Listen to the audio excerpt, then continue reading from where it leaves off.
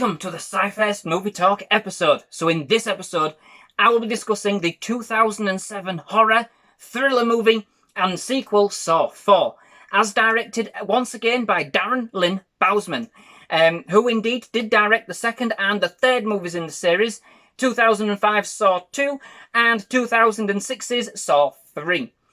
So, as per my review for the last few movies in the franchise, I will issue the same disclaimer. What I would say is that if you haven't watched Saw 4 specifically, or to be honest, any other movie in the franchise, then I wouldn't watch this review. Now, I'm going to try and keep it as spoiler-free as I can, but by insinuation, I may end up giving something away, and this is a film you need to watch first off without any prior knowledge of what's going to happen. Indeed, the same can be said for all of the movies in the series. So, however, and given the way that the third movie ended, and where this movie kind of picks up, it is going to be very difficult to avoid talking about where this movie goes without spoiling it a bit. So, if this does apply to you, switch off now. But please do come back to SciFirst MovieTalk and let me know what you thought of the film. I would be very interested to know. I love hearing everybody's thoughts on all about these movies and all of the movies that I review on the channel. So, okay, are we all ready?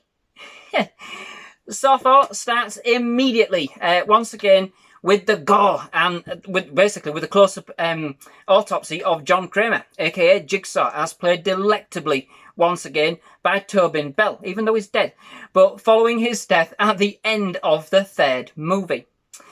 We see Detective Mark Hoffman, yep, that's it, as played by Costas Mandylor, who we kind of saw briefly at the start of the third movie, now taking the case and indeed finding a taped message from Jigsaw hidden in his stomach after he swallowed it, knowing he was going to die, now stating that Detective Hoffman himself will be tested. So, although Jigsaw is now dead, the games still continue. There is another killer in the midst who basically appears to be continuing Jigsaw's work and preserving his legacy. We then follow SWAT Officer Daniel Rigg, as played by Lyriq Bent, who we last saw in Saw 2 and briefly in Saw 3, who has now basically been chosen to play Jigsaw's games.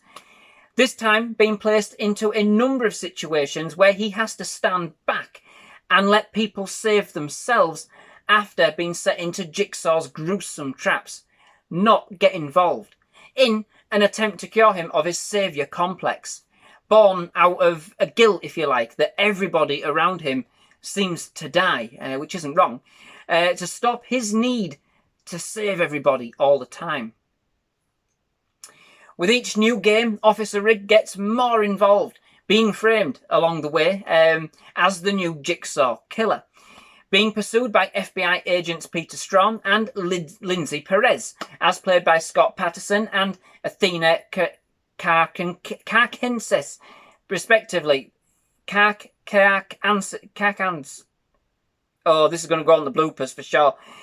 Anyway, everybody is suspect just who is carrying out Jigsaw's legacy, and after getting this far into the franchise, do we care? So, to be honest, although I do absolutely love the Saw franchise, even I have to admit that this one just kind of seems surplus to requirements, to be quite fair. I felt a lot more thrilled and on the edge of my seat the first time I watched this movie, but now I could probably take it or leave it, to be quite fair. It does almost feel like padding itself, and after watching it again, the magic does kind of seem to have been lost. Of course, given I know the ending, you know, but I must say that that was the case for the previous 3 movies in the series. But even after watching those multiple times, I was still eager and in full anticipation for the end. This movie, however, just failed to have that same feeling on a repeat viewing. Okay, so after noticing all of the little kind of subtle hints in the third movie, it was intriguing to see them kind of play out once again here, and did offer a connection.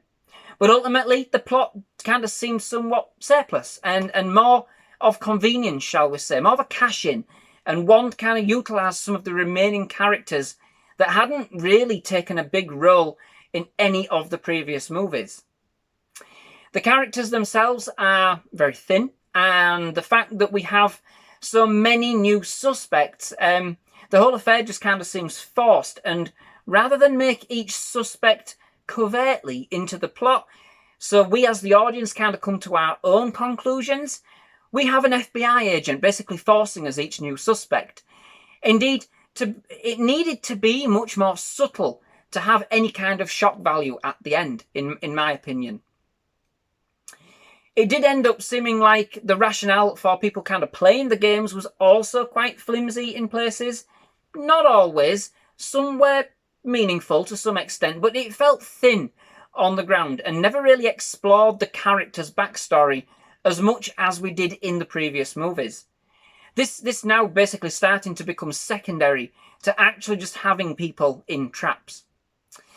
Tobin Bell as Jigsaw, although he is now dead, like I've said, he does still command more presence than whoever the killer is in this film. And to a point, now that Jigsaw is dead, I just found myself not really caring who his successor actually was this time around. And to be honest, it wasn't really a shock when I did. There wasn't really enough emotional build-up with any of the characters, and dare I say that this big reveal may have kind of been better served spanning 2 movies, with this one serving as an introduction and perhaps another world or another avenue of Jigsaw's work.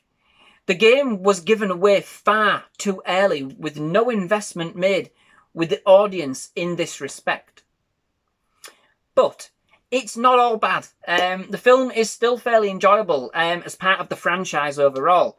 I know I've kind of ripped it a bit, but honestly, I do enjoy it.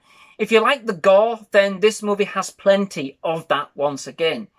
It doesn't have the most ingenious traps of the franchise, nor is it wholly original. But there are some excellent kills nonetheless, and enough to keep you hooked, at least the first time that you watch it. The gruesome traps and the up-close and personal involvement with the plight of those kind of caught in them is back once again, very much kind of now becoming the trademark of the franchise. It is just a shame that there's not as much depth to the characters as we kind of had previously seen. We do get to see more of Jigsaw's backstory and more behind his motivations, which do provide for an element of emotion within the film, with the introduction of his girlfriend Jill Tuck, as played by Betsy Russell, and kind of their struggle following a tragic loss. And then indeed we do get to kind of witness his first kill, if you like, bearing in mind Jigsaw never killed anybody, with a simple yet effective trap, but one in which you can taste the revenge. The first was personal. So overall, I can't say that this is the best nor the most imaginative entry into the Saw franchise. It's probably somewhere close to being one of the worst, feeling quite drawn out and surplus to requirements for the most part, in my opinion. And rather than being kind of subtle at offering a few misdirections against the now expected grand twist, at the end, this one feels deliberately forced, which does kind of deter somewhat from your overall enjoyment. It just kind of does really feel like there's just something lacking in this entry. Something's kind of been lost following Jigsaw's death, and I don't just mean Jigsaw himself. It doesn't dare to kind of take any new grand direction from the previous installments, and as a result, it definitely suffers, in my opinion. So, that brings me to the end of this episode. Many, many thanks for watching. I do hope you've enjoyed it. If you have, please leave a like. Please do hit that subscribe button for more movie reviews, trailer reactions, and other movie-related content. Absolutely loved having you here at SciFirst MovieTalk, and we would definitely love to have you back. But most of all, thank you very much for watching. Goodbye.